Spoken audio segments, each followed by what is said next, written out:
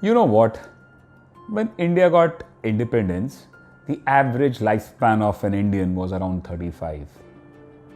And today it is 70. In some of the Western countries, the average lifespan of a human being is around 85 and more. So it is indeed a wonderful thing, there is no doubt about it, especially when we know that aging is inevitable. But along with aging comes problems associated with aging, and one of the prominent one amongst them, which kind of cripples you, would be dementia. Unfortunately, dementia is rarely curable, and honestly speaking, a neurosurgeon has got very little role in the treatment of a patient with dementia. It is usually treated by neurologists. But yes, there is one particular form of dementia which can be treated, and it is treated surgically. This particular type of dementia forms a part of a triad along with two other symptoms. Those two would be ataxia, or inability to walk properly. Typically, the patient has symptoms of feeling that his feet is glued to the floor and has difficulty initiating steps. The other would be incontinence. Incontinence means inability to control your urine.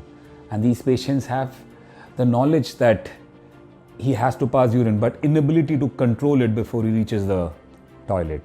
So these are the typical triad of an entity called as normal pressure hydrocephalus. As the name suggests, hydrocephalus means buildup of fluid in the ventricles of the brain, but with a normal pressure.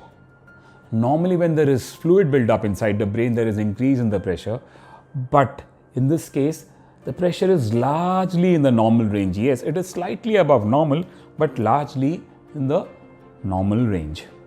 And the symptoms again would be this triad of dementia, incontinence, and ataxia. But how do we confirm this?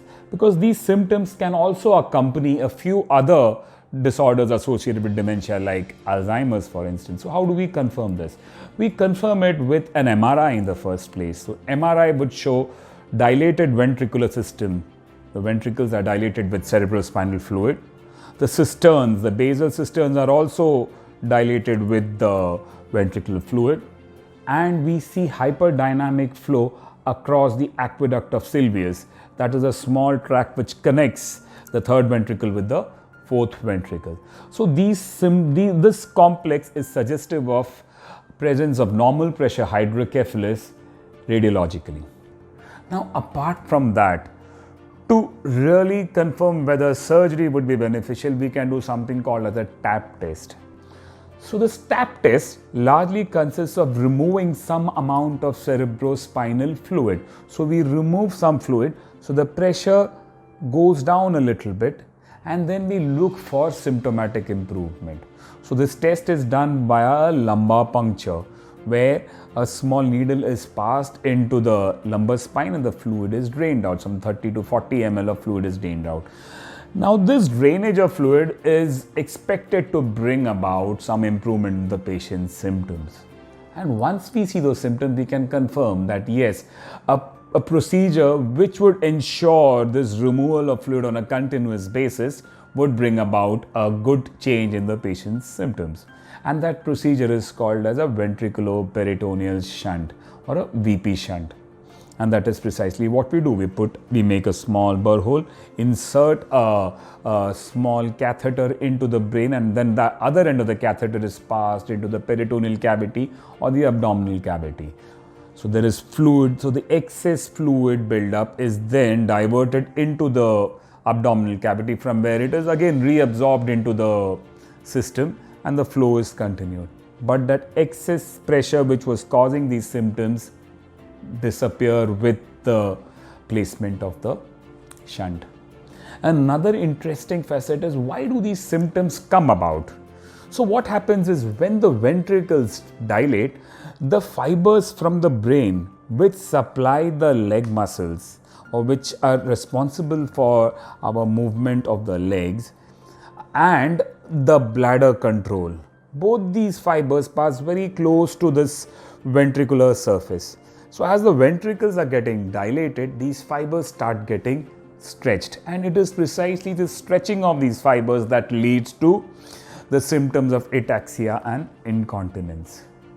And now the placement of the shunt, there is the ventricles start collapsing that little bit, and then the fibers, the tension in the fibers go down and the symptoms abate. So that is it about this interesting kind of dementia which can actually be cured with a surgery. Yes, when patients come to me, they do say that, can we try some other form of treatment? Unfortunately, there is no other form of treatment at all for this. And you should pray that surgery works for you, because that is the only form of treatment available. So that's it. Thank you. Happy aging.